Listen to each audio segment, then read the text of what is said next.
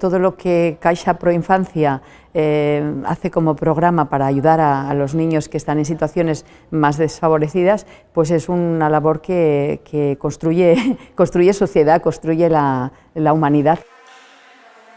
Hemos repartido 3 tipos de mochilas según las fases educativas. Necesitan sentirse igual y tener las mismas oportunidades que todos los niños. Que ellos puedan recibir cosas de la sociedad cuando han vivido situaciones de desventaja social, les ayuda mucho a reinterpretar nuevamente pues, todo lo que la sociedad les puede dar.